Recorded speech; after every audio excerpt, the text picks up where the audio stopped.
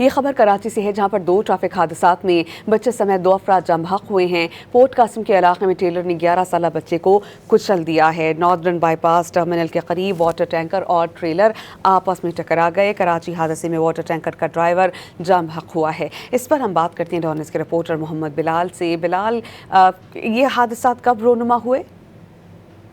जी बिल्कुल, देखिए आज सुबह सवेरे जो है बल्दिया नादर बाईपास टर्मिनल के करीब वाटर टैंकर और ट्रॉलर में जो है वो खूनी तसादुम हुआ है, जिसमें एक जो टैंकर ड्राइवर है अब वो जाँ बहक हुआ है। जाँ बहक होने वाले ड्राइवर को एम्बुलेंस के जरिए अस्पताल मुंतकिल कर दिया गया, जबकि जो मुतवफ़ी है उसकी शनाख्त 30 साल असद नामालूम के नाम से कर ली गई। पुलिस काम की जानिब से बताया गया कि तेज रफ्तारी के बायस ये तमाम तर हादसा हुआ है, जबकि सड़क को जो है वो मुकम्मल तौर पर क्लियर कर दिया गया है। गाड़ी जो है वो थाने मुंतकिल कर दी गई, जबकि पोर्ट कासिम पीएसओ पंप के करीब भी ट्रैलर की टक्कर से एक राहगीर बच्चा जो है अब वो जाँ बहक हुआ है और बताया गया है कि उसकी शनाख्त अब तक नहीं हो सकी, जबकि उम्र जो है तकरीबन 11 साल के करीब है।